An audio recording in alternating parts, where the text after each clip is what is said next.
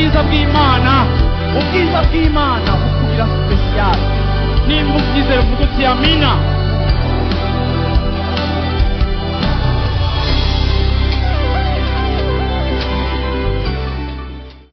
Imana ishimwe, haleluya. N'umunsi ndashaka kuvuga ku ijambo mu titre navuze n'umunsi nshaka twiga kuri iri jambo riri mu rukurikirane rw'ibintu tumaze igihe turiko turiga ku cifuzo c'Imana ifise co kutubohora no kudukiza ikintu cose mu buzima bwacu, mu mitima yacu kitameze neza kandi kibangamira igikorwa c'Imana mu buzima bwacu. Navuze uno munsi umutwe w'amajambo uravuga ngo Imana yitoranirije ihanga. Niryo jambo nshaka ko tuganira kuno munsi, aho tugomba gusobanukirwa ico Imana yakoze ku buzima bwacu. Imana yaradutoranije, Imana yaraduhamagaye, Imana kandi kuva dukijijwe tukayizera, yaba umushinwa, yaba umukoreya, yaba umuzungu, yaba umwirabure, twese abamaze kwizera Yesu Kristo twacitse ihanga canke twacitse ubwoko, niko Bibiliya ivuga, twacitse ubwoko bw'Imana. Paulo yandikira ishengero ry'Abikorinto, ryari ishengero narabivuze ndakunda kubivuga, ryari mu gisagara kigoye, abantu bafise imico n'imigenzo igoye, bafise n'inyifato itari nziza. Paulo arandika iri shengero ko ryari ryaravutse, hariho abari barakijijwe muri kino gisagara. Paulo agashaka kubandikira kuko yarabona imico mibi ibandukira canke bari basanzwe bafise, akagerageza gushaka rero kubaganiriza nk'abantu bakijijwe bakamenya Imana. Ashaka kubaganiriza kugira ngo abafashe gutahura yuko twege nimba hariho ibintu bifise ico bidukorako, ivyo bitagikwiye kuba bigifise ico bidukorako kuko twacitse abantu b'Imana. Iyo nkoresheje ijambo ikintu gifise ico kigukorako, mu gifaransa iri jambo riravuga ngo ni ikintu kigufise ko influence. Igihe tutaramenya Imana hari ibintu byari bidufise ko influence, ngene twarezwe canke ivyadushikiye canke ivyatubayeko. Ndiko ndavuga hanini influence canke ibifise ico bitukora ko kibi. Bene ivyo iyo tumaze gukizwa turatahura yuko Imana nayo igomba kugira ici dukozeko canke intsinzi dukura mu gukurikira Imana igaragare mu buzima bwacu. Yesu ashimwe cyane. Paulo rero yandikira iri shengero muri iki gice ca kabiri c'Abikorinto wa mbere, ndashaka gusomere ku murongo wa mbere kugeza ku murongo w'umunani. 1 Corinthiens chapitre 2 kuva kuri 1 gushika kuri 8. Nanje bene data hamwe n'abasanga iwanyu sinaje ndagakura mu majambo canke mu bwenge mu kubamenyesha ibanga ry'Imana, kuko nagabiye kutagira ico menya muri mwebwe atari Yesu Kristo we yabambwe. Ariko nabana namwe mfise intege nke, ndi n'ubwoba, mpinda agashitsi kenshi. Imvugo yanje n'ukwigisha kwanje ntivyarimo amajambo y'ubwenge yo kwemeza abantu, ariko vyaserukamwo mwe muri ubushobozi, kugira ngo ukwizera kwanyu ntiguhagarare mu bwenge bw'abantu, ariko guhagarare mu bushobozi bw'Imana.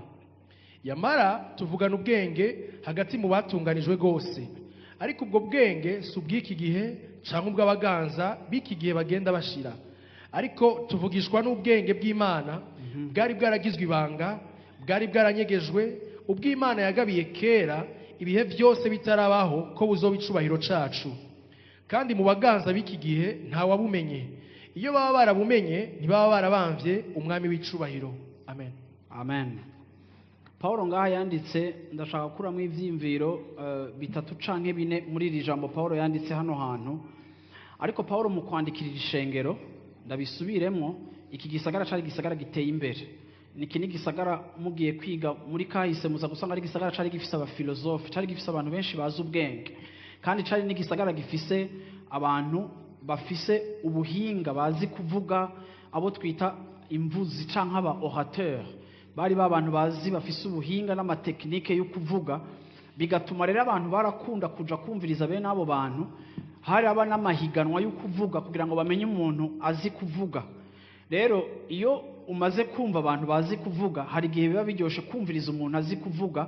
Izo competition twe nazo dufise ngaho iwacu, ariko iki gihe zarabaho, aho uza gusanga bene abo bantu kuko baba ari imvuzi bazi kuvuga cane, abantu baracagura bakagira uwo bakunze n'uwo banse bivaye n'ingene we wazi kuvuga, ariko bakaba ari abantu bafise ubuhinga bwo gufatanya amajambo hamwe wumva nawe uryohewe kumva uti vema biraryoshe. Bene ivyo bintu iyo ugiye kumviriza abantu ayo mahiga numva ntavyo wowe kumbure wowe uzi, ariko igihe abantu bajayo byari bimeze nk'ukuja guterama, bikatuma abantu babahinga nabo bamaze kumviriza imvuzi nyinshi, iyo bariko barumva abantu bariko baravuga barashobora kuvuga ati uyu niwe yabaye uwa mbere, abandi bakavuga ati nkunda naka avuga neza kurusha uyu. Ikaba rero ikintu kiryohera abantu, siko nk'uko abantu bafise ibintu bibaryohera, ariko byari ibintu biryohera abantu kuko birazana bene ivyo bintu iyo uriko uravyumviriza bene ivyo biryohera abantu. Ndavyita ni ibintu bimara inyota rimwe na rimwe ubwenge bwacu, birazana satisfaction intellectuelle, ni ibintu iyo uriko uravyumva biraryoshe, uravuga ati wow uyavuga neza, uyafatanije akagajambo naka, uko uravyumva bigatuma abantu bumva bafise ico gishika cyo kumva ivyo bintu. Ariko Paulo rero aravuga ati munyumve neza, atanguye kubwira ihanga ry'Imana ati jewe igihe naza muri mwebwe, ku murongo wa mbere, sinaje ndi gitangaza, sinaje ndi umuntu ameze nk'ababa orateur muhora muja kumviriza, sinaje mfise urugezo rwo hejuru rwo kuvuga, sinaje mfise ururimi canke imvugo ihanitse iri mu bwenge bwinshi cyane, ariko naje muri mwebwe siko mfise ururimi n'ubwenge, Yesu ashimwe cyane, ariko nzanywe no kubamenyesha intahe y'Imana. Aha Paulo atanguye gushiraho rero itandukaniro. Ibyo muhora mwumva abantu bababwira biraryohera ubwenge bwanyu, bikabasatisfeza intellectuellement parlant. Ariko jewe ibyo nje kubabwira sibiza kubaryohera mu bwenge, ariko jewe ibyo nje kubabwira témoignage y'Imana.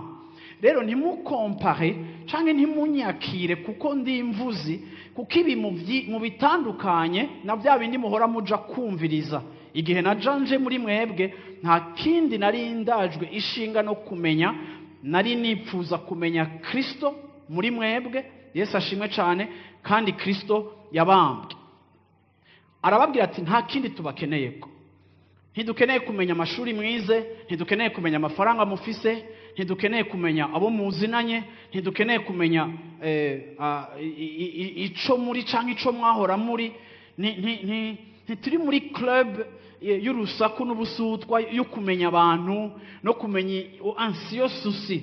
Tariko twebwe nk'abakozi b'Imana umwitwarariko wacu ico dukeneye kumenya muri mwebwe, dukeneye kumenya Kristo wa wundi yabambwe, dukeneye kumenya Kristo muri mwebwe, ko mwamwizeye, ko mwamwakiriye, igikorwa ciwe kigezehe muri mwebwe, mbega murashishikara gukurira muri we, mbega murashishikara kumumenya kurusha uko mwari musanzwe mumuzi, mbega hari itandukaniro Kristo amaze kuza mu buzima bwanyu yazanye mu buzima mwari mufise kera n'ubuzima mufise uyu munsi, mbega hari akarusho, hari inyungu yo kuba muri ko muragendana na Kristo. Nikihe kintu Kristo ariko arakora muri mwebwe, tutaravye CV yanyu, tutaravye ikintu na kimwe cyanyu, ariko dutumbereye kumenya Kristo. Aha Paulo ariko arabereka ati nico nipfuza kumenya muri mwebwe. Abandi baza bavuga, baza barondera popularité, baza bari muri competition, abantu bamwe bagaca bakunda Messi, abandi bagakunda Cristiano Ronaldo, siko umwe wese yaragira wakunda. Ahama abantu bakaza bagira iyo competition kugira ngo abantu babakunde. Paulo aravuga ati jewe sinaje kugira mu nkunda, no, ariko jewe naje hagati muri mwebwe atakindi kindaje ishinga. Ku murongo wa kabiri, icaje kinzanye, haleluya, kwari ukumenya Kristo. Yesu ashimwe, haleluya, Kristo yabambwe muri mwebwe. Ndashaka kubereka kenshi ubutumwa bwiza bugwana n'imico isanzwe iri mu bantu. Kenshi ubutumwa bwiza byanka ko bwinjira ahantu bugira penetration mu gisagara canke mu buzima bw'umuntu bivanye n'abo bantu ibindi bintu basanzwe bari barakiriye. So rero kenshi ubutumwa bwiza kugira bugire penetration mu duce tumwe bisaba ko ubutumwa bwiza buza bushiraho ubudasa, kandi bukagomba kwerekana ikintu c'akarusho buzana mu buzima bw'abantu bitandukanye n'ico bya bindi bya kera byabamariye. Yesu ashimwe cyane. Arongera aravuga ikintu gikomera ati mukuza muri mwebwe ubutumwa bwiza verset 4 ijambo ryanje ntiryari rihagaze mu kubemeza ijambo nabazaniye ntiryari rihagaze sur des discours persuasifs sinaje nshaka kubimpressiona sinaje nshaka kubemeza Yesu ashimwe cyane ndanabibutse kandi muri kino gitondo yuko twatabushobozi dufise bwo kubemeza mwebwe ariko twe iyo turiko turavuga mpwemu yera ni wabemeza ikimenyamenya nuko rimwe na rimwe n'ivyo turiko turavuga sivyo mwumva hariho abandi bantu Imana ibwira ibitandukanye n'ivyo mjemba ndiko ndavuga ikakwigisha ico nakubariye kuko iyo twe turiko turakora mpwemu yera bari muri operation kandi ari karakuvugisha iyi message rusangi ari karayikuzanira wowe ku gatwe kawe bijaye naho Imana igushaka Imana ikayorosha kuborosha Imana ikayikomeza kubakomeye ni mpwemu yera yemeza abantu ariko twe ntidushobora kwemeza abantu haleluya aha Paulo yari karabibabarira ashaka kubumvisha ntimunyitege koko jewe ivyo naje kubabwira ari ibintu byo kubemeza sije ndabemeza ico ni gikorwa ca mpwemu yera mu buzima bwanyu haleluya ati rero igituma twabigenjeje gutyo ku murongo wa 5 ngo ni kugira ngo ukwizera kwanyu nikubakire ku bwenge abantu bafise ariko ukwizera kwanyu kubakire ku bushobozi bw'Imana Yesu ashimwe cyane haleluya ati naje muri mwebwe mfise simplicité ahandi yabwiye abikora ati naje muri mwebwe mpinda gashitsi Paulo abantu bamuzi bavuga ko yari umuntu menga simvuzi ariko ibice bitatu 3/4 ya Nouveau Testament niwe yayanditse ibintu byose Eglise chrétienne mwisi yubakiyeko ni révélation Imana yahaye Paulo ariko Paulo abantu baranamuvuga ko ashobora kuba ari umuntu yari afise ukudidinga yacaye kubegeya ariko biboneka ko yari umuntu ntiyari imvuzi ariko akagerageza kubumvisha ati nubwo jewe ntari imvuzi ijambo ndiko ndababwira Yesu ashimwe cyane naho ndi muri mwebwe umenga mfise ubwoba kandi naje umenga ndiko ndajugumira ariko ijambo ndiko ndabaha si ubwenge bw'abantu kugira ngo kwizera kwanyu nikubakire ku bwenge ariko ndashaka ko kwizera kwanyu kubakira ku bushobozi bw'Imana Yesu ashimwe cyane haleluya amen atangwe rero kuvuga kuri verset 7 ubu bwenge ariko aravuga ubwo ariko cyaye kuri verset 6 aravuga ngo ubu bwenge turiko turabigisha n'ubwenge bwigishijwe Kristo nsomera kuri 6 uyisomera mu kirundi yamara tuvugana ubwenge hagati mu batunganijwe gose ariko ubwo bwenge hagati mu batunganijwe gose tuvugana ubwenge umvirize Paulo ariko ashaka kuvuga ati muri mwebwe mwizeye Kristo amajambo tubabwira kuri mwebwe n'ubwenge Yesu ashimwe cyane kuri mwebwe kubandi arabaye arasanzwe ariko kuri mwebwe aya majambo tubabwira n'ubwenge ariko ubwo bwenge subwiki gihe cyangwa ubw'abaganza b'iki gihe bagenda bashira stop ubu bwenge subwiki gihe mu yandi majambo ndashaka kubabwira ko twebwe twizera ntitugendera mu bigezweho Yesu ashimwe cyane mwanyumvise kubera ijambo twahawe ubwenge bwabyo ubushize kuri iyi modernite muri mwe mwebwe abatawunere canke ibindi byose iri jambo ntirifise ubwenge bw'iki gihe no kuvuga ngo iyo uri hagaciro karikunda abiki gihe iyo bakuravye wanakubona wewe ko mujinga tu babona wowe uri muntu atari wo muri iyi siècle babona umenga wowe warashaje kandi waracerewe kuko bo ubwo iryo jambo iyo baryumva ntibumva wowe inyungu ubona mu byo uri kurakira ariko ngo kubatunganijwe iri jambo rifise ubwenge verset 7 ariko tuvugishwa n'ubwenge bw'Imana bwari bwaragizwe ibanga stop ubu bwenge bw'ubutumwa bwiza kuva Yesu azutse amajambo yose yagiye yandikwa aya majambo Paulo ayavuga ngo n'amajambo anyegejwe bamwe bavyita ibitamenyekana abandi bayita amabanga ni ukuvuga ngo kuba profete kuri Abrahamu kuri Dawidi kuri Mose ibi bintu uyu munsi turiko turiga kuri bo byari ibintu by'ibinyegezwa canke badashobora gutahura kuko byari bikinyegejwe ariko kuri twebwe twamaze kwizera Yesu Kristo twahawe uburenganzira bwaho Imana idufungurira agaseke k'ivyari binyegejwe agaseke urabona nk'ubuvema nk'ungahe ndani harimo everyday twarafunguriwe dushobora kumenya ibyanyegejwe n'ibyahishijwe birimwo Yesu ashimwe cyane kuri twebwe ibyari biri secret tubona tuzazaniwe. Ba Mose babonye ibintu by'amamaji bakabivuga ariko batabibona, ariko kuri twebwe ab'iki gihe ibyari biri mysterieux, ibyari biri kashe, Imana yabishize ahabona kugira ngo dutahure neza ibyari byo, igihe abandi babikabakaba batabisobanukirwa. Ariko mwebwe mutewe iteka kuko mwatunganijwe guhabwa iri jambo ry'ubwenge bw'Imana, abandi babona bakarituka ariko mwebwe muraribona mukaritahura. Yesu ashimwe cyane. Byari byaranyegejwe mu binjana byose biheze, Yesu ashimwe cyane, ariko nubwo byari byaranyegejwe ngo biri destiné pour notre gloire. Byabikiwe ukugira gute? Ubwiza bwacu. Haleluya, Bwana asifiwe sana. Aha Paulo ariko yandikira ishengero ry'Ikorinto. Iri shengero ry'Ikorinto abapapa baryamana n'abana babo. Iri shengero ry'Ikorinto hari amadega n'amagafe menshi. Iri shengero ry'Ikorinto abana bavukana bararyamana. Iri shengero ry'Ikorinto ryari rifise désordre iteye ubwoba. Ugiye urasoma ibitabo byose Paulo ukagendera mu mashapitre, ubona agenda bandikira chaque chapitre hari amakosa, hari ibiki, haratreta amasuje ya divorce, haratreta ibiki, haratreta. Byari shengero rifise ugucanganyikirwa kuko abantu niho bari bagikizwa batarahingurwa rwose, bagategezwa kwandikirwa aya majambo kugira ngo batahura ati umviriza, mwebwe nimba marakijijwe, iyi si club nshasha mwinjiyemo muvuye mu yindi club, iyi si association nshasha mwinjiyemo muvuye mu association mwahoramwo. Ubu n'ubwami aho Imana irikishira habona kuri mwebwe kuko mwatunganijwe nico Yesu yakoze. Imana irikirashira habona ivyo yanyegeje basokuruza bacu mu kwizera. Uyu munsi Imana irikirabiduha, irikirabitumenyesha. Bwana asifiwe sana. Haleluya. Abiki gihe ntibabitahura, ariko mwebwe mwahawe, mwemerewe gufungurirwa ako gaseke kugira ngo mumenye ibyari byaranyegejwe, kandi ivyo nivyanyu kugira ngo mubitambukiremwo. Rero nimuve muri influence ya kera, ariko mwibuke ko gukurikira Yesu no guhinduka, kandi gukurikira Yesu no guhinduka bihereye mu guhinduka mu bungene twiyumvira. Yesu ashimwe cyane. Yesu ashimwe cyane. Mbwira mu cyane gukurikira Yesu no guhinduka.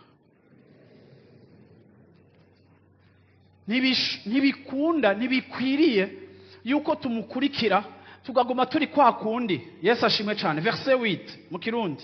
Kandi mu baganza b'iki gihe nta wabumenye. Iyo baba barabumenye ntibaba barabamvye umwami wacu w'icubahiro. En d'autres termes, igihe Yesu bamwica mu gihe c'Abaroma, igihe bamwica, iyo baza kumenya icaje atekeye ntibari gushobora kumwica, ariko icatumye bamwica nuko inyigisho yiwe nico yajazanye, kuko bari bafise ubwenge bw'igihe baradashwe ubutumwa bwiza, barapinze ico ariko arababwira, badashobora kucakira. Kuki badashobora kucakira? Kuko kitajanye n'imyiyumvirire yabo, bibatuma bamubamba. Aha rero Paulo ariko ashaka kubwirira ishengero mu yandi majambo, twebwe ntituri mu gitigiri c'abakibamba Kristo, ahubwo twebwe turi mu gitigiri c'abamuzi yazutse, bariko batambukana nawe kugira ngo bamamaze ukugira neza kwiwe n'ishamvu ry'ubwiza bwiwe. Yesu ashimwe cyane. Bwira mu cyane ntitukibamba Kristo twebwe. Bwana asifiwe sana. Yesu ashimwe cyane. Ico dukeneye kumenya, ico twifuza kumenya mu buzima bwanyu ni Kristo muri mwebwe, ahagejeje igikorwa. Rero ngira muhagarare kuri Petero wa kabiri igice c'icenda. Yesu ashimwe cyane. Haleluya, amen. Petero wa mbere igice ca kabiri ku murongo w'icenda haravuga ngo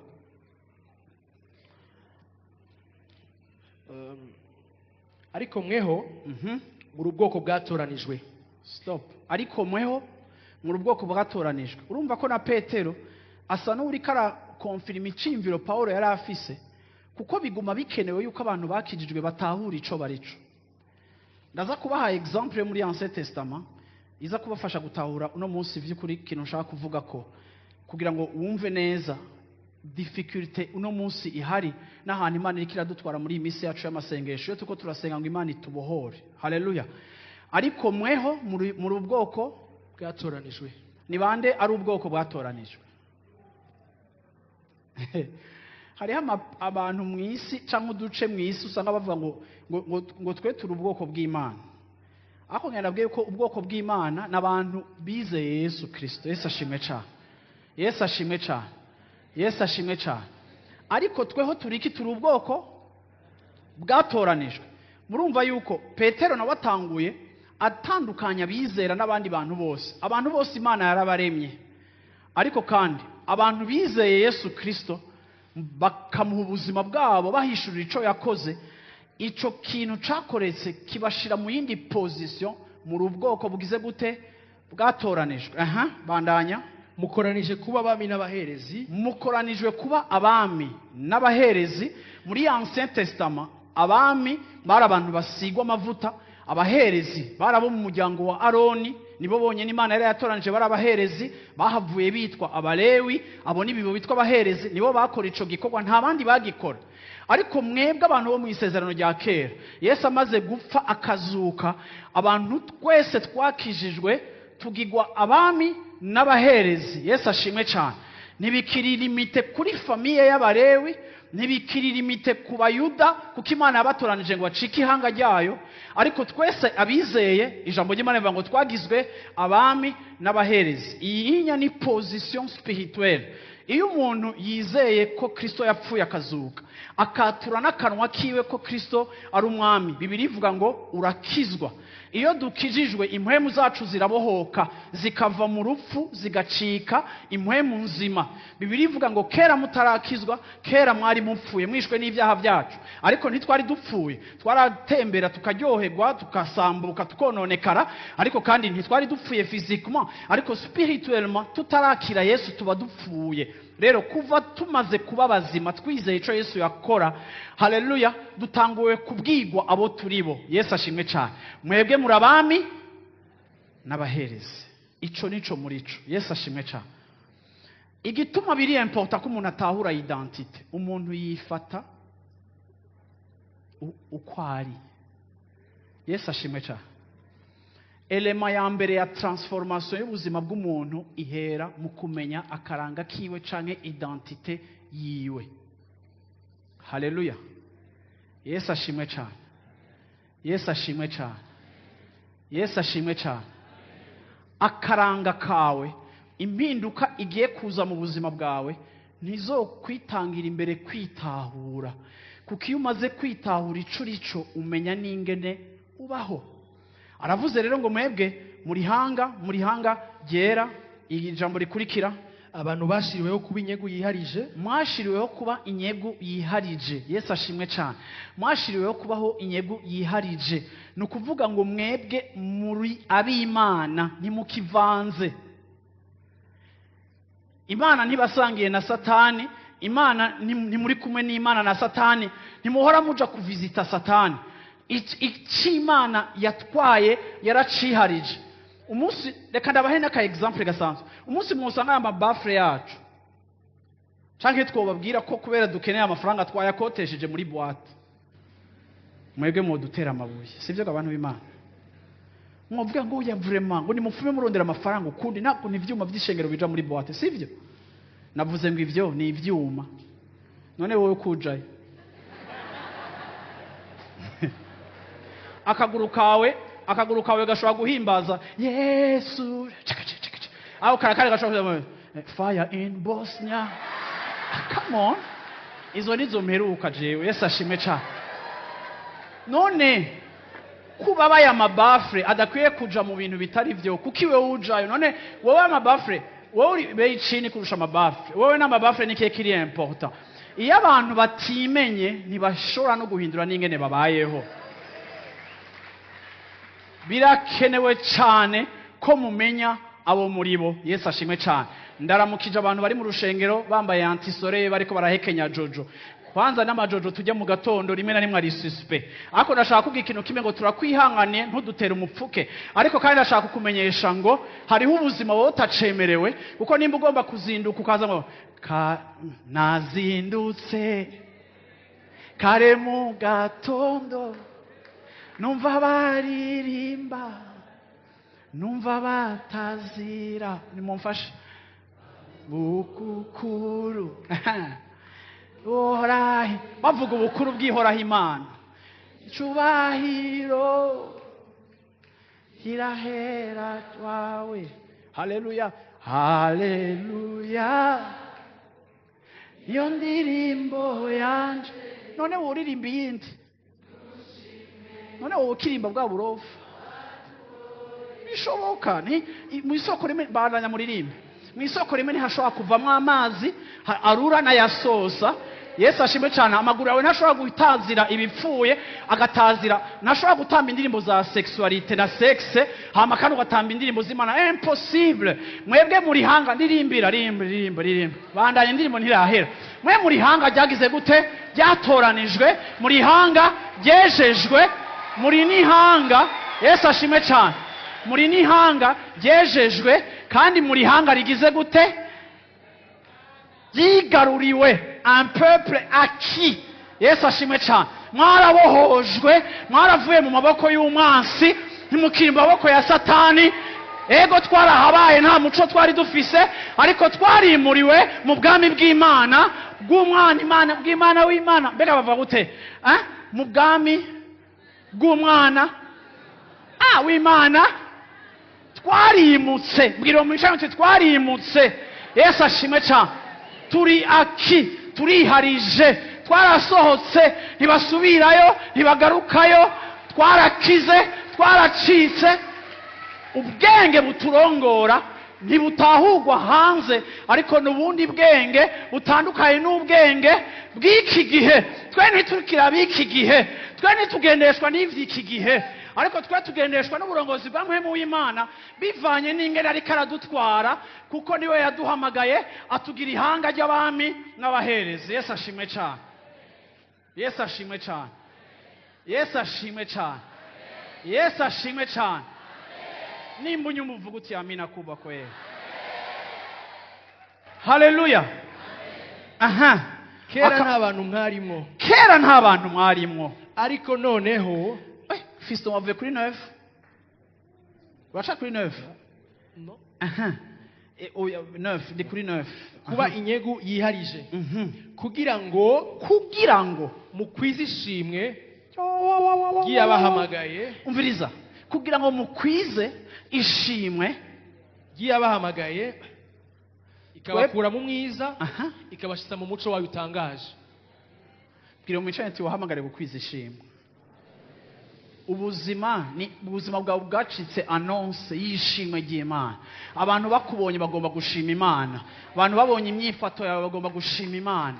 Abantu babonye ingene ubayeho bagomba gushima Imana. Abantu bagomba kwipfuza icakubaye koko kibabako. Kuko igikoresho kimaze kuba iciharije ntikiba kigifise possibilité yo kwanonsa ibindi bintu. Kiri mu nzu y'Imana, point et trait à la ligne, giserva inyungu z'ubwami, kikagendera haleluya mu bintu byose bishobora gutuma iyo Mana yokundwa. Iyo umukristo abaye umubandi, iyo umukristo abaye mu gatarina, iyo umukristo abaye mu escrow, iyo umukristo abaye uduza amaboko ariko gikorane gisohotse akadaraga abakobwa kandi yubatse urugo rwiwe. Umviriza, ntibigishoboka ko ubuzima bwacu bumenyekanisha ikindi kintu gitandukanye n'ikintu gikwiye gutuma Imana ishimwa. Bakavuga ngo ujya n'umuntu w'Imana. Ibi ntituvyuka bishoboka, ntidukizwa mu munsi umwe ngo bishoboke, nitumara umwaka umwe mugakiza ngo bishoboke, ariko turi muri processus ya transformation. Turafise aho turiko turava. Imana irikira twambura ubuzima bubi bwa kera, ariko irikira twambika umwambaro mushasha. Aho abantu bazovuga ngo iyi Mana yiwe nanje ndayishaka, ndayipfuriza uruvyaro rwanje, ndayipfuza kuko ifise ubushobozi bwo guhindura. Paulo yaravuze ngo amajambo tubabwira sayo kubemeza, ariko atekeye ubushobozi bw'Imana buzana impinduka. Jesse numva abantu basigura yuko ivyo gukizwa bitajaye n'imibereho. Goya. Kuna wowe uri kuraba mu byaha ntaco, impwemu yawe yarabohotse, impwemu yawe yarakijijwe. Ico ni kibiri. Sinumva umuntu agutandukanya ni kibiri kandi nawe uri kibiri. Ukuravyumva ni ubuzi. Umviriza, icyo Imana yakoze mu mpemu kigomba kuba manifeste mu mubiri, kuko umubiri niwo uho present umuntu Imana yagiriye neza.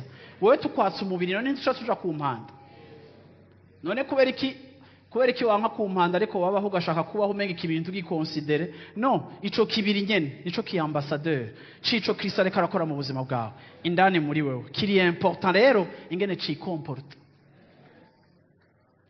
Banzanya gato Fiston F 10. Kera nta bantu mwarimwo, ariko noneho muri abantu b'Imana. Ndababazega abantu b'Imana. Bibiliya yavuze ngo kera nta bantu mwarimo. None mwe nta bantu mwarimo. Nta bantu mwarimo. Kera Imana iharura ko twe abantu twari turimo. Hari igihe usanga umuntu yubakiye ubuzima bwiwe ku bintu byamubaye ko kera, canke ku cubahiro yari afise kera, canke ku masuccess yari afise ngaho kera mu isi. Ariko igituma Bibiliya dukarifya ko abantu twari turimo nuko tumaze gukizwa, critère Imana iduheramo agaciro si critère isi yaduheremo agaciro. Agaciro rero twari dufise kera tutaramenya Imana kari minimize ngaha, nico gituma Bibiliya ivuga ngo kera nta bantu mwarimo. Nkomereza uyo murongo. Kera ni mwari bwagirirwa imbabazi. Kubera iki?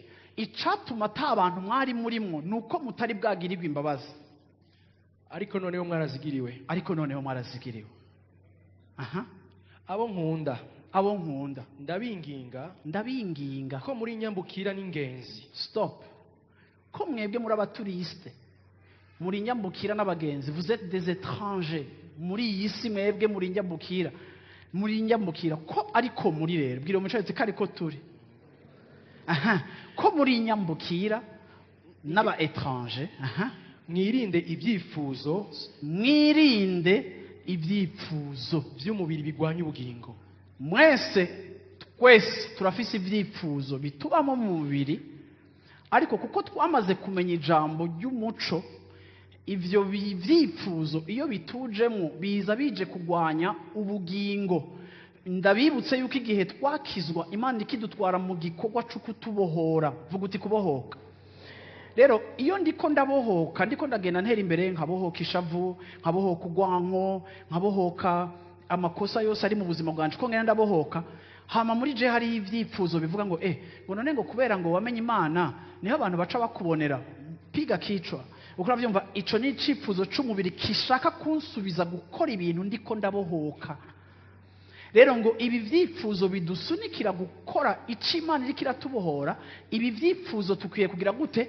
Ibi vyifuzo dukwiye kuvyirinda, kuko inyungu y'ibi vyifuzo canke objectif y'ivyo vyifuzo nivyo kwica ubugingo, nivyo kwica igikorwa c'Imana mu buzima bwawe.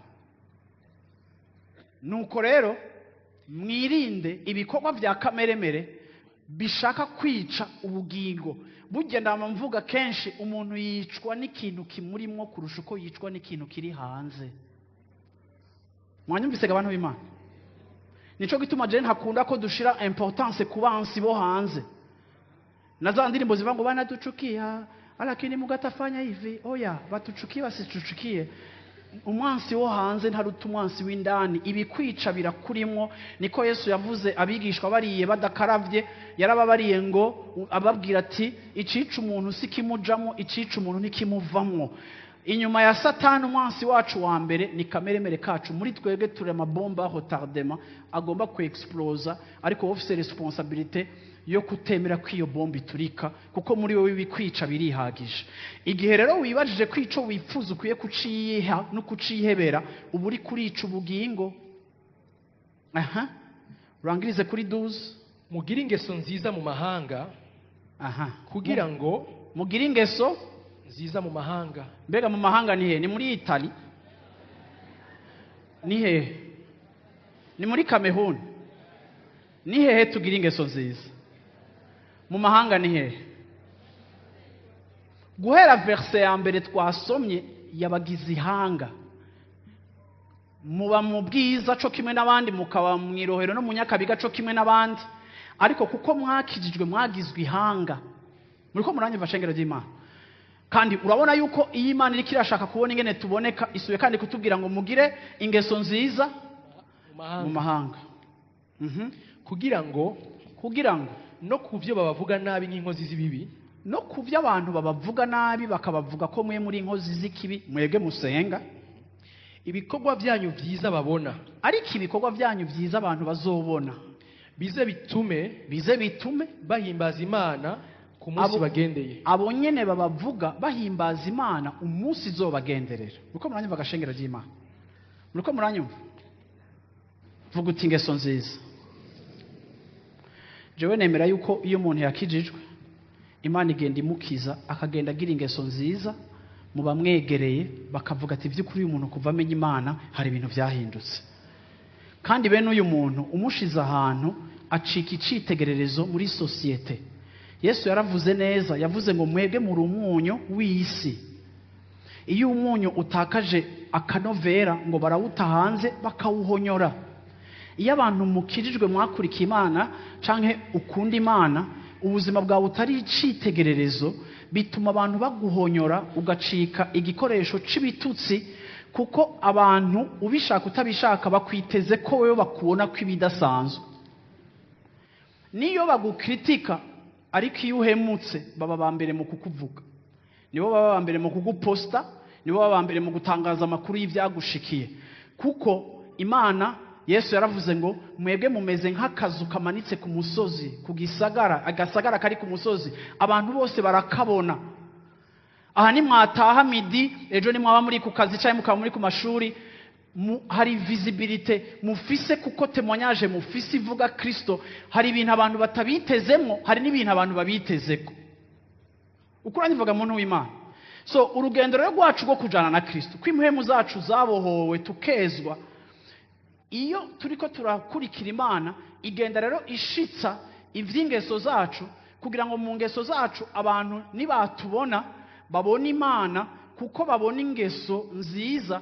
Bibiliya yatubwiye ngo mugire ngo ingeso nziza hagati muri bo, kugira ngo naho babagwanya nk'uko muri inkozi z'ibibi, baze babona ibikorwa byanyu byiza, bahimbaza Imana umunsi Imana izobagenderera.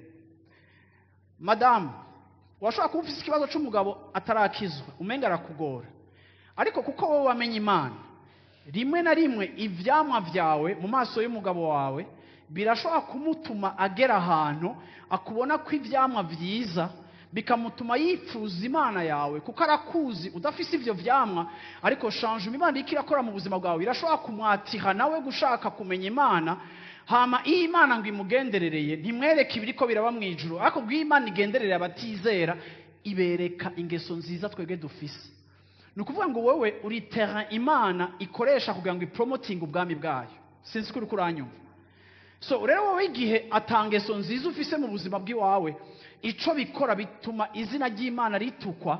Abantu bakavuga bati none gusenga bimumariye iki? Aturusha kwikorera ikibibire ca rouge, aturusha kuduza amaboko, aturusha gutamba no kuduza amaboko, ariko nta changement n'imwe iri mu buzima bwiwe. Kuko ngenda babwire ngo abantu benshi batizera baboshwe n'ingeso badashobora kwikura, ariko barakeneye kubona uwanesheje kugira ngo bakubaze ngo mbega umuti wawe n'uyuhe, hama naje umfashe, nyereka iyo Mana yawe, mfasha gutahura kuko hari ikintu ndakubona ko ntakuziko, ariko si wowe wacikore, ni Imana yakikoze, nanje mfasha menye iyo Mana yawe. Yesu ashimwe cyane. Mwebwe murama element Imana ikoresha kugira ngo ivugwe. Umuntu ashobora kuririmba nk'uko kwa Flavia akaririmba karongora abantu bagakoga ko bakuva bamukunze, ariko none bizogenda gute nibatangura kwegera Flavia bagaca basangana umukombatante? Uko uravyumva bica bigenda gute? Uravyumva ni gute iyo je ndiko ndakora ikintu ukurushiriza kunyegera ugasanga ndi mubi kurusha ivyo mvuga? Mwene mumva kare gitsitazaga abantu b'Imana. Ejo bundi muntu yanshingiye intahe, anshingiye intahe ahakora ingene batangura babaho basenga, nyene batangura basenga bakagira igikorane, ariko anshingira intahe ingene abantu yabona bababwira ubutumwa, we n'umukobwa yabona baca bagaruka ku mudraga. Ababonye bariko barigisha ijambo ry'Imana akabona none uyu wa muntu ariko arambarira vya bindi. Ndiko nashaka kubereka ingene vraiment n'ukuri uno munsi hari hypocrisie nyinshi mu bintu vy'Imana. Kandi uno munsi hari ikintu kibi. Yesu yaravuze ngo haragowe uzana ibitsitazi, ngo vyopfuma bafata umutwe wiwe kwizosi bakawuzirikira ko umugozi, bagaca bashirako ikibuye c'itoni, bagaca baterera muri Tanganyika kagaca cibirana nawe. Uwo n'umuntu azana ibitsitazi. ntushobora kuba uri umuntu ahovandika kuri umuntu w'Imana ariko ku rundi ruhande ubuzima bwawe bugakora ibizira iby'Imana idaha icubahiro. Siko abantu b'Imana ni ukuri guhinduka ni urgence ku ishengero, ni ikintu tudakonturna ngo tugire gute. Hari abantu bavuga ngo oya ngo jewe ngo nimonjije, niko abakristo basigaye bavuga aka kantu baragakunda ngo jewe ngo nta jugement. Ni bande baravuga ngo ntibabajije? Reka ndakubwira ikintu kimwe, abantu barakujija, ahubwo Bibiliya ivuga ngo wowe nabe wisuzuma kugira ngo ntutombe sous le jugement. Iyo wowe utisuzuma ngo wicire urubanza, abantu biba gucira urubanza, kandi pire Imana nizo gucira n'urubanza. Rero birakenewe ko je na wewe tuba abantu babohotse, bashaka kubohoka, kandi tuza aho tugwaye, ariko objectif yacu mu kujana n'Imana turashaka kubohoka. Bwana sifiwe sana. Haleluya. Imana ishimwe cyane. Ninda avuga ati je ndashaka kubohoka vrema. Yesu ashimwe cyane. Kuko ifopa ku buzima bwawe butanga message itandukanye nico waguhamagaye yaguhamagariye. Imana yatugiriye neza, yaturiye ideni ku musaraba, iradupfira, idukura kuri statut y'ubunyabyaha, ducika abana b'Imana. Ntitwoyikoza isoni mu kubaho mu buzima budahesha Imana icubahiro, bubabaza Imana, no kuri ryo bari ubuhombe, cyo bari ikintu kibi cyane.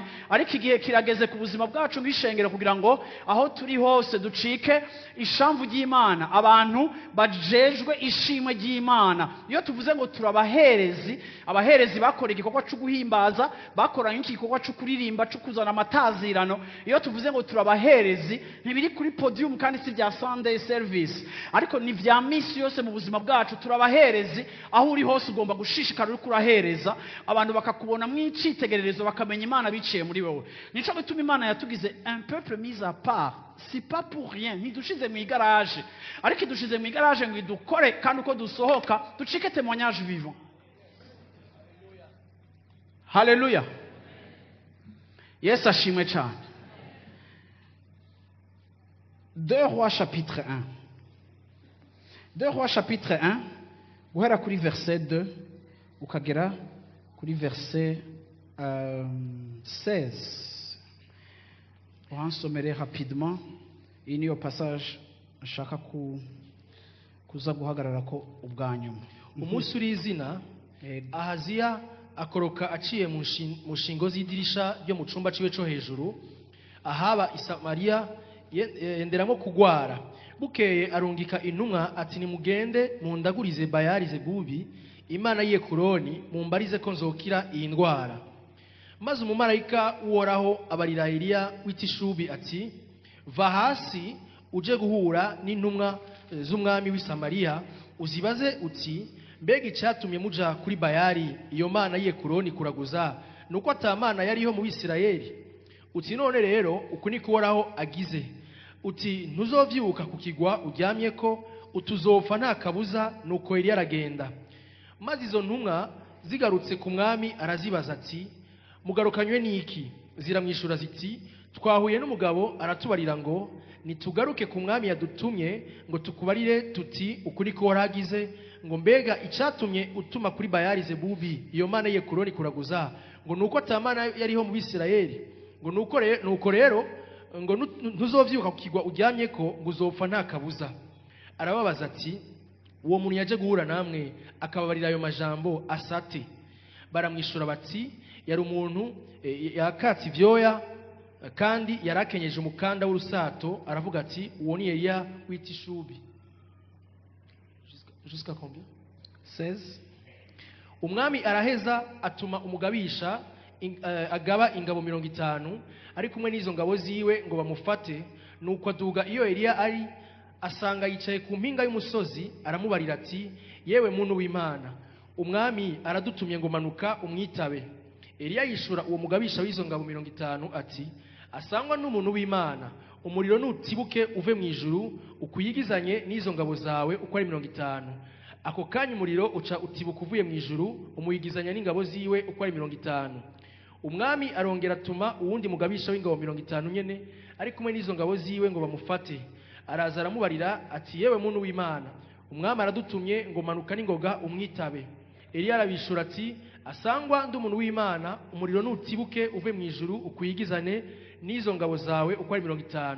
Ako kanya umuriro w'Imana uca utibuka uvuye mu ijuru umuyigizanya n'ingabo ziwe uko ari 50. umwami arongera atuma uwundi mugabisha w'ingabo 50 nyene ari kumwe n'izo ngabo ziwe.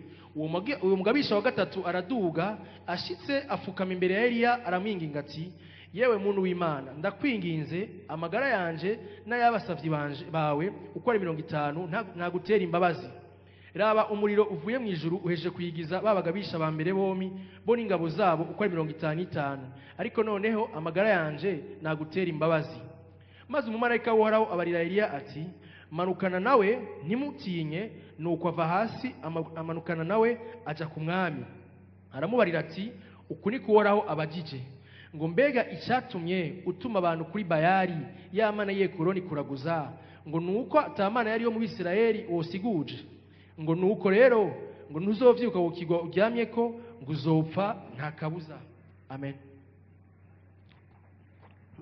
Uyu mwami twamwise yitwa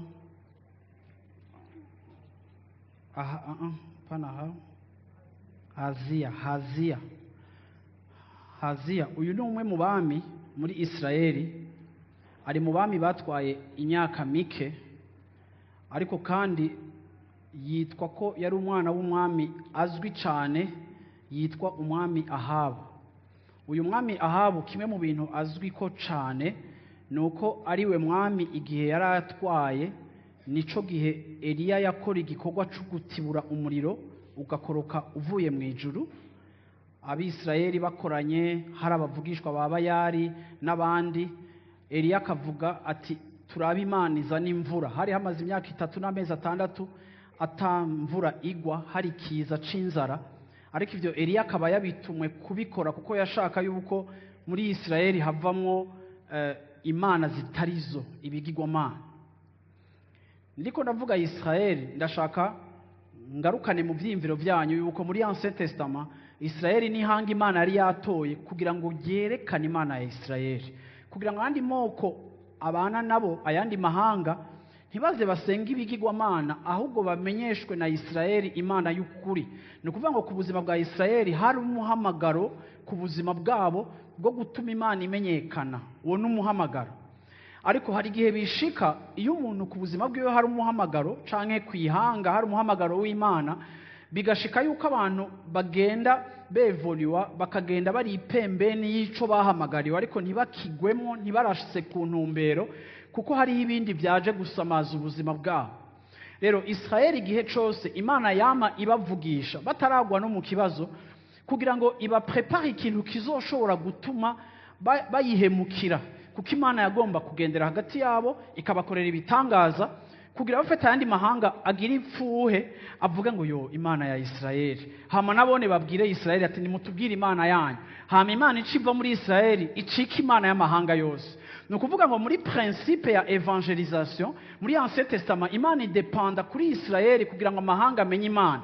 Nk'uko uno munsi kuri principe canke kuri mission ya evangelisation Imana yiteze ishengero abizera mwebwe kugira ngo abari mwebwe mutuma abandi bantu bamenye Imana biciye mu buzima bwanyu. Ariko none bigenda gute iyo turiko turagenda ariko tutagwa muri ca kindi Imana irikirahamagarira ubuzima bwacu? Iyi nkuru dusomye, uyu mwana canke uyu mwami yari akiri muto. Reka mvuga abavyeyi biwe rero. Abavyeyi biwe ni umwami Ahabu, akaba yarongoye umugore w'umunyamahangakazi yitwa Jezebeli. Uyu mugore yitwa Jezebeli ni umusitare cyane muri Bibiliya, no muri Nouveau Testament baravuga impwemu ya Jezebeli. Impwemu ikindi gihe umuntu azoyigisha ko, ariko sindayitebeko. Ariko ni umugore yaje mu buzima bwa Ahabu, hama kuko we watari umwisirayeli kazi, yintroduiza umugabo wiwe gusenga ibigirwamana. Ikigirwamana gikuru basenze citwa Bayali, siko? No musi ndashaka kuvuga gato kuri esprit canke ku mpwemu ya Bayali, kuko Bibiliya ivuga ngo twebwe kera twahora tumeze nkabo, turongorwa n'impwemu zitwara abiki gihe. Niko mu Banyefeso igice ca 2 havuga, hatwereka yuko twe tutarakizwa twari dufise impwemu ziturongora nk'uko abiki gihe bafise zibarongora. Ariko Paulo mu kwandikira Abanyefeso akerekana yuko twebwe izo mpwemu zitakizidukontrola, kuko twamaze gukizwa tukakira mpwemu w'Imana mu buzima bwacu. Rero uyu mugabo Ahabu ni umwami wo kuri 9e siècle, imbere yuko Yesu avuka. uyu mwami azwi nk'umwami yagwanye cyane, yagize intambara nyinshi n'ibihugu bibanye, yari umuntu yagize intambara, yari umuntu agize gute, ariko kandi akaba rero yari afise uwo mugore yatanguye yintroduiza muri Isirayeli gusenga ibigirwamana, gushika naho mu gihe ca Ahabu abisirayeli bagiye bava ku Mana, abantu benshi baheba abaprofeti ba Isirayeli, bababwira ivy'Imana, batangura kwiyatasha n'aba baprofeti ba Bayali. Ariko ndashaka ndababwire ngo mentalite canke filosofi ituma Bayali apenetra muri Isirayeli muri iki gihe, kwari uko fete Bayali cari ikintu culte yabo ukuntu yari imeze, yarimwe ibintu bigezweho, kandi culte zabo ukuntu zari zimeze zari zitandukanye n'amaculte ya Isirayeli basenga Imana ya vrai. Niko muranyumva? Ukuntu rero babayeho canke bari basenga, abisirayeli benshi babona umenga ni ikintu gishasha, bibanza guseduiza umutima w'umwami, aremera, batangura kubaka amatemple ahantu hose hari ibicaniro vy'Imana Jehova, Imana ya Isirayeli, batangura gushiraho ibicaniro vya Bayali, baravyubaka, biratera imbere, biridevelopa. Buhoro buhoro rero muri societe y'Abisirayeli batangura guhindukirira bya bigirwamana, batangura kubisenga, batangura kubijamo n'ibiki. Ariko ndashaka kubabwira ngo uretse amaculte yabo ukuntu yari ameze, ndashaka kuvuga gatoya amaculte ya Bayali, ndavyasosiye gatoya n'ibintu tubayemo muri no myaka. Uyu mwami yari afise ikibazo, murazi ingene yapfuye, ariko kandi Isirayeli yari yabaye corrompu. Iyo turiko turavuga ijambo corruption, twe kenshi mu Kirundi turadukunda kuvuga ngo ibiturire, ariko si giturire. Corruption ni gihe umuntu mu vyimviro vyiwe yakiriye icimviro gipfuye, akarekura icimviro kizima kugira ngo imibereho yiwe ise na ca cimviro gipfuye. Muko muranyumva? Ni ukuvuga ngo iri jambo sinshobora kuvuga no mu Kirundi ngo kurya ruswa, kuko burya corruption ijya tuvuga iri materiel canke y'amafaranga itangurira d'abord mu vyimviro vy'abantu, ni ingene abantu babona ibintu. Ni ukuvuga ngo abantu baratituka mu myiyumvirire yabo. Iyo umuntu yamaze gutituka mu kungene yiyumvira, aca atituka no mu kungene abayeho. Bisobanura ngo twese kuko dufise ingene twakijijwe aho twari tuvuye, igituma bikenewe ko Imana iduhindura nuko hari abantu muri twebwe dukijijwe ko tukaba turi corrompu, dufise ivyimviro vyatitutse bipfuye. So iyo rero tuje mu bwami bw'Imana tukabwiga ubutumwa bwiza dusanga ari bufise iby'agaciro canke ibyo bifaransa bita amavertu y'ubwami bw'Imana. Ni ukuvuga ngo tugomba kumenyeshwa ivy'ubwami twapartena. Iyo rero turiko turaronka ico cimviro c'Imana kigahurana na bya vyimviro vyacu bipfuye, abakristo bamwe ico cimviro c'Imana barakigumbira bagaheba ivyabo, abandi bakristo bakavuga ngo yashango reka shango none ngo twobaho gute. So buhoro buhoro Bayali yarinjiye muri Isirayeli, ibi vyimviro vy'ubwoko bw'Imana biraba corrompu, birononekara, batangura gusenga ibigirwamana. Ni kijya gihe Eliya afata umuriro akamanura. Ndashaka kuvuga ku bintu bine biri muri culte ya Bayali, muce mubona ibintu bimwe bimwe mushobora kuba muroturuva muri Bujumbura canke Nairobi canke ahantu ari hose muba. Icambere, culte canke ibikorane canke kuko reka ndabaha akarorero. Culte yacu imeze gute? Turafise louange na adoration, turafise ubutumwa, baririmbyi baririmbyi, n'est-ce pas? Iyi bayita service, bayita ingene ivyo dukora, twatanze amashikanwa, twagize gute. Iyi ni culte, ni service, ni ingene imeze, ni gikorane cacu ingene kimeze. Ariko inyuma y'iki gikorane cacu ingene kimeze, hariho ibindi bintu biri inyuma. Ni ukuvuga ngo nk'ishengero hari ivyo Imana idusaba, iradusaba kugira neza, iradusaba kugira ingeso nziza. Ni ukuvuga ngo iyi ni filosofi iri inyuma y'ibi dukora. Nuko muranyumva? Ni ukuvuga ngo ugomba gutandukanya activite na politique. Vuge politique na doctrine. Ibi je ndiko ndakora, ndiko ndavuga, ariko icimviro kiri inyuma ngomba kubaho ivyo ndiko ndavuga. Nuko muranyumva? So Bayali yari afise culte, ariko ingene culte ya Bayali meze yakundisha abantu ibintu bipfuye bitandukanye n'ico Imana ishaka. Ndashaka kuvuga ikintu ca mbere, ni wandika uti idolatry, gusenga ibigirwamana. ni ukuvuga ngo ni abantu basenga imana zitabaho, bakagira ibyo no kwita amarituweli, baratsa imyotsi, barasenga ibindi bimana, uko urabyumva, bakumvisha abantu yuko imana ntigomba kuba ari imwe, na Bayali ni imana. Bigisha bakavuga ngo imana zirashobora kugira kompetisiyo, hari imana igomba kuruta iyindi, kubera ko mwebwe mwemeye imana ya Isirayeli mutarabona izindi. Abisirayeli nabo bagaca bumva yuko reka tuzigerageze izo zindi imana, kumbure vyogira gute, corruption ibitango yogira gute kwinjira, bagasenga, batangura gusenga Bayali, bahora bavuga ngo Yesu uri mwiza, bakavuga ngo Bayali, Bayali, uravyumva, bakamuhimbaza, bakiga ingene bamuhimbaza. Ariko mwibuke ko ari bwa bwoko imana yakura muri Egiputa, ikabatabara, ikabajabukana ikiyaga gitukura, ikabagwanira intambara, bajya nyene barageza ahantu batanguye kwadoha izindi mana. Iki kintu cy'uvuga ngo adoration, ndashaka kukivuga mwebwe abiki gihe mwovuga ngo je sinohimbaza shetani, ariko ndaza gupusa loin izi culte ingene zari zimeze, kugira ngo ndakwereke ingene dushobora kwisanga turiko turahimbaza satani, naho tutabivuga mu majambo ngo tubiririmbe. Ariko idolatry cyangwa gusenga ibigirwamana ni igihe wifatikanya n'ikindi kimana cyangwa ubundi buryo bwo kwemera, ariko ubwo buryo bwo kwemera cyangwa bwo kwizera bukaba butandukanye n'uburyo Bibiliya ikubwira wewe. Okay? Ico uhimbaza ni ico uha agaciro, kandi ni ico wubaha, kandi ni ico witabira activite zacu.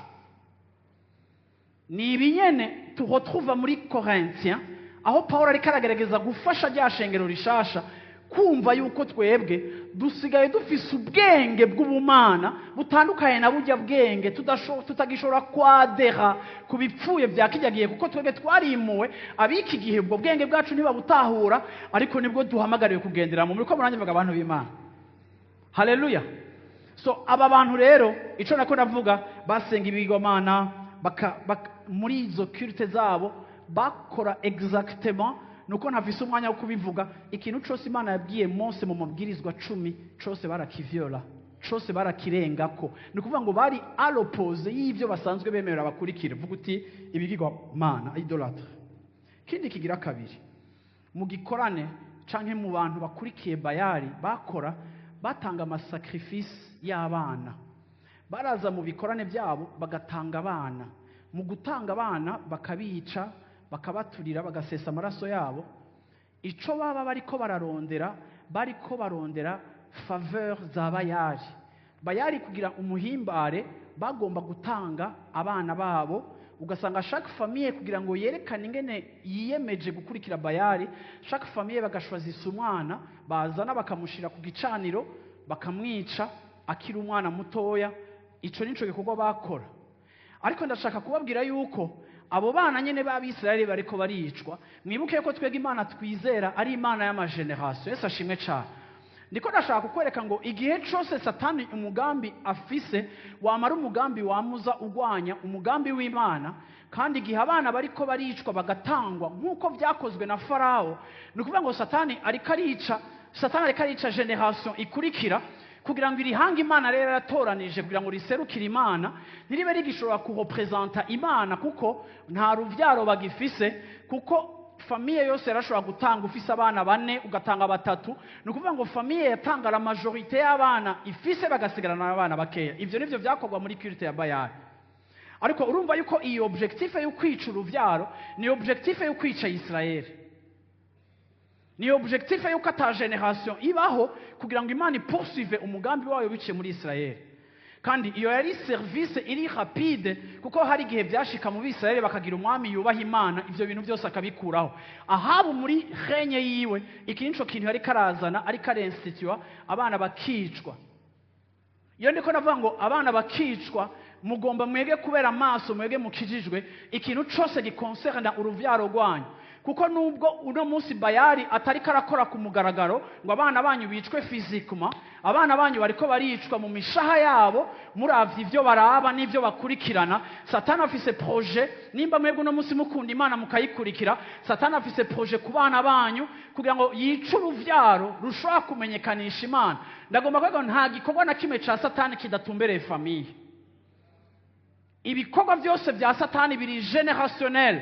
Satani arashaje, ntiyiga, ntakora, ntatanga rasiyo, ntagwara umutwe.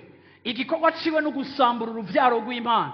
Kandi mu buryo asambura uruvyaro rw'Imana, nubwo abantu bitwa ko bakuze mu bintu bya humanisme, abantu batagipfa ko bashesha amaraso, ariko muri filozofi no mu cimviro ciwe aravuga ngo mbe ni gute vyogenda abana banaka ntibabe abana bazima bapfira iwabo, bamaze gupfira iwabo nze ndabagire ibirobezo vyo mwibarabara bipfuye vyo kureyerera mu gisagara ca Bujumbura, ariko ata abantu barimwo, ata kintu na kimwe gishobora kubavamo kizima, kugira ngo ejo dusange tugowe n'abana bakuze nabi kurusha uko dufise umugisha wo kugira abana benshi. Byoba bimaze iki ko dusengera aba bana bose bangana gutya, nimba abavyeyi gusa ari ukuvyara no gupusa, ariko akazi kacu kagarukira kuri ivyo biri naturel, kuvyara no gusama no gupusa biri naturel, ariko gukurikirana no gukurikirana umugambi w'Imana ku buzima bwabo ni responsibility ikomeye twebwe abakristo tugomba kubera amaso, ku rugezo rwaho mwebwe mudakwiye gukurikira Imana hama ntimuyereka abana banyu, canke mukaza gusenga abana banyu mukabasiga imbere ya televiziyo mutazi ivyo bariko barabakomunika n'ivyo bariko barahabwa, kuko Satani imikorere yiwe ni generationnel, abona uruvyaro. Nico gituma umuntu wese avyara afise responsabilité ya suivi. Ahabu yaravyaye, Israeli yaravyaye, ifise abana benshi, ariko bariko bicwa na Ahabu, bariko bicwa na Bayali. Mbega Imana yoba Imana gute iruta Imana ya Israeli igihe iriko isaba ngo abana bicwe? Yoba ari Imana iki? Mbega ikintu cose ujamwo mu buzima ukabona kiriko kiragusambura, ugomba kucikunkumura no kucanka, kuko ata kintu na kimwe c'ubutumwa bwiza wewe kizogutwara ahantu ho gusambuka. Nico gituma waramaze kwadeha ku cimviro ca Kristo, ntugishobora kwifatikana n'ibindi bipfuye vyose, igihe naho umenga biragezweho, ariko kandi bigezweho bidafise ubuzima bwo guhindura no gutabara ababijyako n'ababitambukiramwo. Natwe kera twarara amajoro, natwe kera twari tumerewe nabi, natwe kera twarondera ibitunezereza bituyayura umutwe ngo tumererwe neza. None ko tumaze kunywa kuri Kristo akatumara inyota, agakiza imitima yacu, twoba tugisubira ku mariba ya kera tukagenda kuyanywako turondera ico tumara inyota, igihe Kristo yamaze kugaragaza ko ashobora kutumara inyota? Iyo Mana wakurikiye, iyo Mana uri kuraho ubuzima bwawe igutwara muri destruction, ugomba gushika ahantu ukavuga ngo biragahera mu izina rya Yesu Kristo. Imana yacu si Bayali, ntituzosenga Bayali, kuko nabivuze ico usenga ni ikintu cose ujakariye, ni ikintu cose wabaye umuja wacu, gicika Imana yawe. Ikigira kabiri, iri communauté yari irimo, uretse ko batanga ibimazi, ngira mvuge kuri iki ndagishimikireko, amasaha aranjanye. Come on. Bari bafise ico bita ca gatatu, nico bita prostitution iri sacré. Mu bikorane byo kwa Bayali, abamaze kuraba amafilime mukabona abantu mu mafilime bagira striptease, sishobora kubaha akarorero, ariko murabizi babakobwa batamba bari gusa, bijya n'ibintu bitangurira kwa Bayali. Ndashaka no kubwira umukristo uba muri Amerika, ukumva ufise curiosité yo kuja Las Vegas, hama ukagenda kuraba abakobwa batamba bari gusa, genda kubwira ntibafise problème spirituelle. Mwebwe ibyo ntavyo muzi, mwe muri holy. Ariko reka ndakubwira ikintu kimwe, kwa Bayali basambanira mu rusengero, haba hari umuziki, haba hari imyotsi. Burya principe ya boîte de nuit ni ikintu kidata y'ico gihe, kuko amasengesho yabo yaba ijoro, bakaza bagasambanya abakobwa, bikaba ibintu public biraho hantu, ariko kandi hakaba ubusambanyi buri exagéré kandi bugafata forme nyinshi. Kimwe mu bintu bigize culte ya Bayali, prostitution canke ikintu c'ubusambanyi kiri promoted. Ibi bintu byose yaba gusesa amaraso y'abana byari ibintu Imana yabuza mu isezerano rya kera, ariko a plus forte raison Imana yamwifata yuko amarelation sexuelle canke impuzabitsina ari ikintu kiri destine ku bantu bubatse canke abantu bari mariye. Murazi ngene Imana yonora mariage kandi ngene sexualité ari enjoyment canke ari ukuryohererwa ubucuti bw'abantu babiri bakundanye, ni ikintu gifise agaciro gakomeye mu mutima w'Imana. Ariko mu gihe ca Bayali bacultiva kugira abapartenere batandukanye, abantu bahindagura, abantu bagira gute. Wombarira ngo munsi ntibikibera ahantu ku mugaragaro, ariko kandi woza kuraba muri iki gisagara cacu uko iminsi igenda n'igihe c'iherezo cegera, domaine ya mbere irimo désordre et bien c'est la sexualité. Aho bakubwira yuko kuba ukiri umwana w'umukobwa uri vierge biri bizarre. Hari wanshingiye ntarambwira ngo yaguma besha abandi ko atari vierge kugira ngo ntibamubone ko ari ridicule, ariko biri. Turi mu myaka aho sexualité ari style de vie kandi ari ikintu c'ifieri. Turi mu myaka aho sexualité yafashe forme nyinshi. Kera twahora tubona abantu b'abamaraya bahagarara ku mabarabara, wobona umenga i Bujumbura baragabanutse, ariko ubu ntibagihagarara ku mabarabara, ubu barakotesherejwe amazu. Ubu unya hari abana b'abahungu n'abakomisiyonere bo kurangira bashiki babo abantu bagatungwa n'ivyo. Ubu hari abakobwa babwirwa yuko ari bitangaza bakidandaza. Ni ukuvuga ngo ubu sexualité cacitse ikintu moins cher, accessible, kiraho. Ariko waza kuraba igihe cose culte canke igihe cose mu bantu bafise umuco wa corruption ukwereka ingene satani ariko aradomina ahantu, uzokwamusanga ahantu satani ariko arahenya.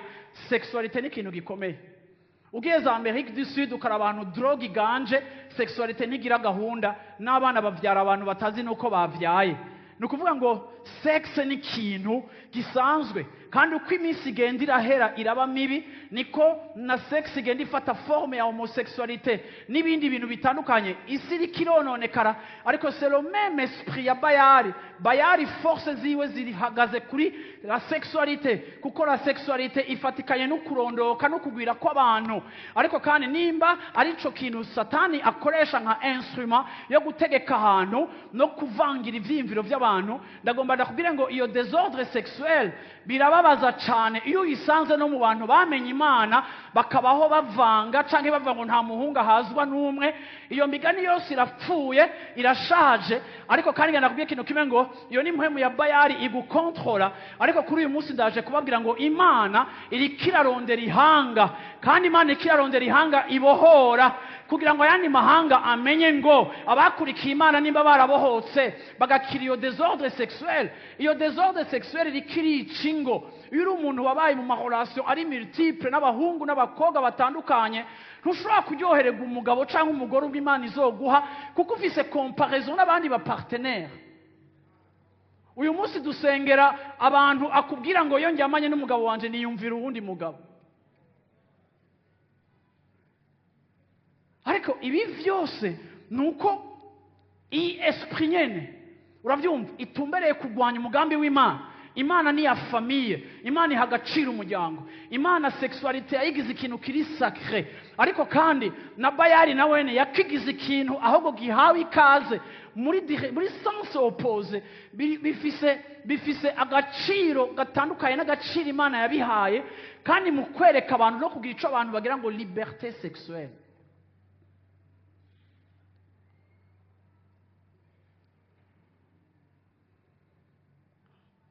Sinzi kunyumva. Ndashaka kubwira ngo Satan arakontrola amapeuple n'ibihugu par le sexe. Ndashaka kubwira ikintu kimwe ngo la sexualité canke sex ni ikintu kiri sacré, kuko iyo umuntu aryamanye n'umuntu bacika umwe. Ako ntushobora gucika umwe n'abandi 1000 canke n'abantu 70 ingahe ngo kubera ukeneye amafaranga. Ndavuze ngo biragahera mu izina rya Yesu Kristo. Imana ntikiraguhezagira financièrement kugira ngo utangure kudiraga ijipo zose zirengana. Ariko Imana ikiraguhezagira financièrement kugira ngo uyikorere. Yesu ashimwe cyane. Werekane ko ushobora kubaho différemment n'abandi, kuko wabohowe n'Imana. Ubuzima bwawe wanywanye n'Imana. Uri shamvu canke uri un peuple acquis. Ntugishobora kuvanga ubuzima bwawe n'ibintazi. Ico Imana yubaha nico nawe wubaha. Hari ibintu tubona nivyo byashikeye Israeli ukabona umenga biraryoshe biragezweho. Ariko ndaje kubabwira yuko umuntu w'Imana ntidufise complexe y'ibigezweho, kuko natwebwe ibyacu biragezweho, kuko ngo n'ubwenge bwanyegejwe abantu imyaka yose. Ivyari byaranyegejwe Imana yabihaye abizera ibihishengero kugira ngo yerekane abantu, yerekanye ubwiza bwayo, mube ihanga ryo gutanga ishimwe ry'Imana. Yesu ashimwe cyane. Gira umushaho uti ntibishoboka biragahera mu izina rya Yesu Kristo. Ntidushobora kubaho tuvanga Imana. Imana ntibayitrompa, Imana ntibayihemukira, Imana niyo komwa ko niyo gufata. Hari abantu bariko baracika basaza, abandi bakaba mu depression kubera desordre nk'izo ziri mu buzima bwabo, kuko ufatikanya ibintu bidakwiye gufatikanya. Ndaje kubabwira nk'abantu muvise ubwenge ngo iri jambo ry'ubwenge ryahawe abatunganye. Mwe muriko muratunganywa, Yesu ashimwe cyane. Ntimugikwiye kwikompara n'ingene abandi bari babayeho. Ariko kandi ikinco cishe Ahabu irindi kosa yari afise ariryo rya nyuma ndangiriza ko yari afise ikibazo cyo guhama ubutumwa bwiza. Yarahamye abaprofete. Ahabu yaricishije abaprofete ba Kristo. Muribuka yuko na Eliya yamwinyegeje. Muribuka ko na Eliya yavuze ngo Mana bapfume banyica. Muribuka yuko Imana yabwiye Eliya ngo naribikiye ibihumbi 7 batigeze biyanduza. Abaprofete bari babayeho binyegeje. Mu gihe ca Ahabu byari bigoye ko umuntu avuka kuri aja habona. Nico gituma igihe n'umwana wa Ahabu yarezwe nkase akarererwa mu bigigomana, umuhungu wa Ahabu na Yezebeli, igihe yakoroka, kandi biranatangaje, burya nyina wabo Yezebeli yapfuye akorotse muri etage.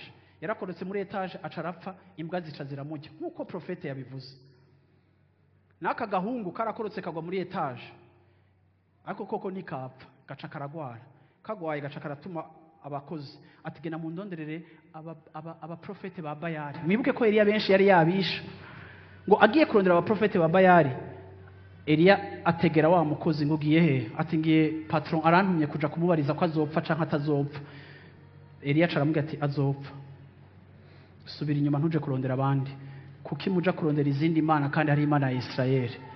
Amaze kuvuga gutyo umuhungu arataha arabwira ati bambwiye ngo uzopfa. Ninde bikubwiye? Kuko abo baprofete bandi bavuga byiza gusa. Muririnda abantu bababwira byiza gusa. Yesu ashimwe cyane. Yesu ashimwe cyane. Yesu ashimwe cyane. Twese turashaka amakuru meza, nane ndashaka umuntu ambwira byiza. Yesu ashimwe. Ariko Imana ntitubwira byiza gusa, kuko Imana iranadukorija iyo bikenewe kwidukosora. Ariko ahantu atanaye mu kosogo ugomba kuhabera amaso. Umvirize igene vyabaye. Aragaruka arabwira patron ati ambwiye ngo uzopfa. Ati ninde? Ati ni umuprofete. Ati yitwa nde? Ati sinzi izina ryiwe. Ati mudekrive. Mu Petero atangura avuga ngo ateye uku angana uku, uwo ni Eliya. Genda ari he? Acatuma ko baje kumuhamagara kuko yagomba kumwica. Kubera iki? Kuko bene aba bantu bica la voix prophétique. Bene aba bantu bica ijwi ry'Imana ahantu aho hose riri. Uku niko no muri culte za Bayali zari zimeze. Barishe bakuraho abaprofete kugira ngo ijwi ry'Imana rizimangane, hasigara havuga abaprofete ba Bayali gusa. Ndashaka kubwira ikintu kimwe ngo Satani igihe cyose agerageza kwica ijwi ry'Imana kugira ngo ntibikunde. Iyi principe canke iyi filosofi ya Bayali niyo kunyegeza abantu b'Imana kuri kugira ngo abantu bagume bari ignorant. Kuko iyo abantu batari mu kuri kandi bakaguma bavangiwe, ubuzima bwabo ntibushitsa ya ntumbero y'uko evangeliza no gushinga intahe y'ica Imana yakoze mu buzima bwacu. Uburyo bwa mbere bwo gutuma ubwami bw'Imana butaguka no kuzivya ijwi ry'ikintu cyose kibwiza abantu b'Imana kuri. Iki niko byari bimeze. Ariko ndakunda umwe mu bashefu ba kompanyi, kuko bavuze ngo hagiye kompanyi 3, 2 zarahiye n'umuriro. Ariko hariho umwe yo nari kuronka umwanya nari kumubabwira ko ariko yari umuntu w'Imana. Umwe mu bantu uzenya mu ba profete canke umwe mu ba komanda bagiye gufata Eliya. Umwami yatumye kompanyi y'abantu 50, umuriro urabaturira. Atuma yindi kompanyi ya kabiri ya 50, umuriro urabaturira. Ubugira gatatu we waje acakora ikintu gikomeye. Ashitse imbere ya Eliya aramubwira ati jewe ashika pfukama, kuko yari umwe, haleluya, mu bakozi ba Ahabu, mu bakozi ba Haziya, umwe yari yaramenye Imana ya Israeli. Aravuga ati je ntungirire nabi n'aba bantu turi kumwe.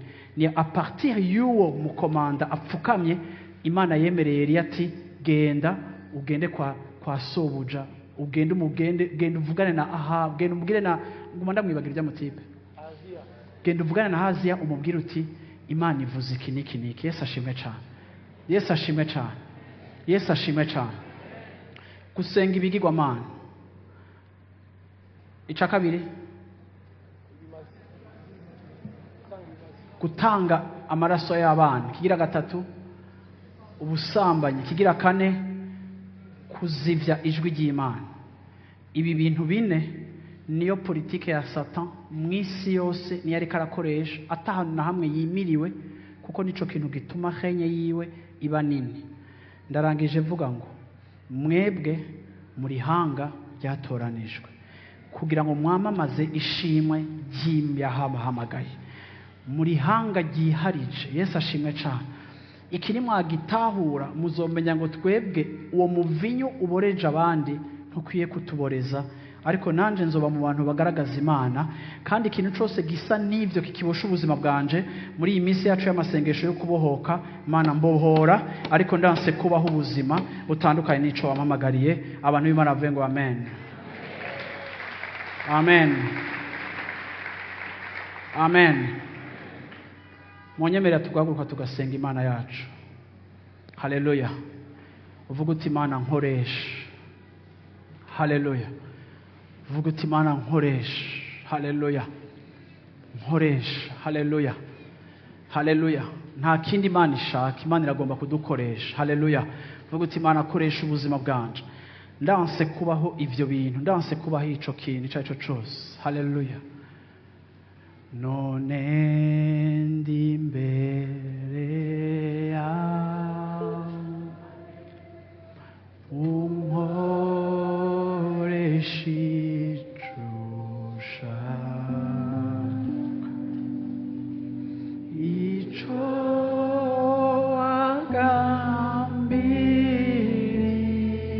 wagambiriyeho.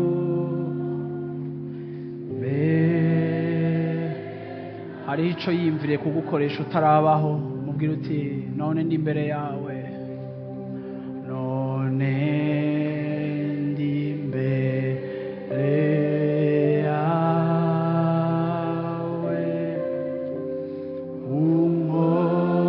unkoresha ico ushaka,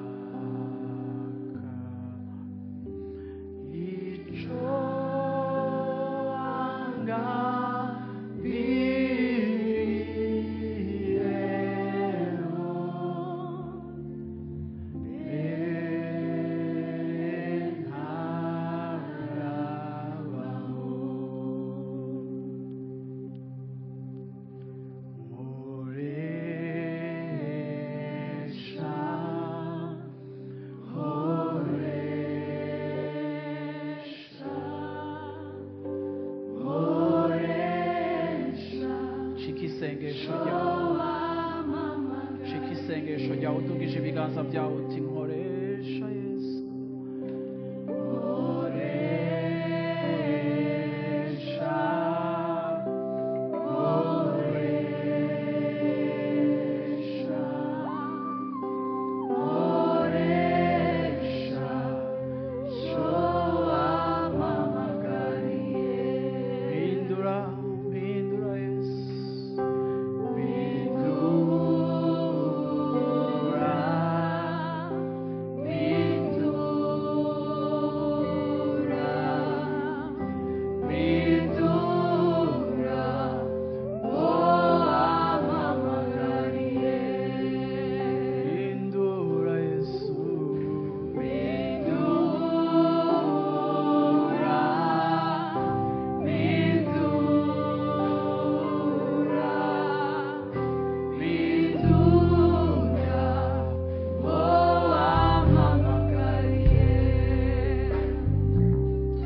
hindura ubuzima bwanje muri kino gitondo, hindura ubuzima bwanje muri kino gihe turimo Mana, hindura igihe ubuzima bwanje muri iyi generation turimo Mana, kugira ngo umugambi wawe ushishikare Mana, kuko uri Imana y'uruvyaro, uri Imana y'abantu bawe kurunganwe kurundi, uri Imana ifise umugambi ku bantu ba kino gihe, uri Imana ifise umugambi ku bantu b'igihe kiri imbere.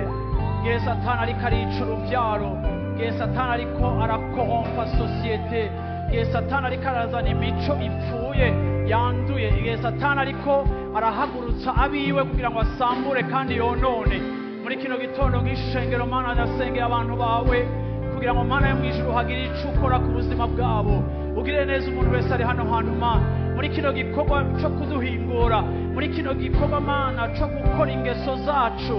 Ndasengeye ishengero ryawe, ndasengeye abahungu n'abakobwa, ndasengeye abantu twakoranye muri kino gitondo, ndasengeye abantu banyumvirije Mana. Hari imico ipfuye, hari ibipfuye by'umunsi, hari promotion y'umunsi y'icaha n'amakosa iriko iraba muri kino gihe cacu turimo, nk'uko vyamye bimeze no mu gihe ca Bayali.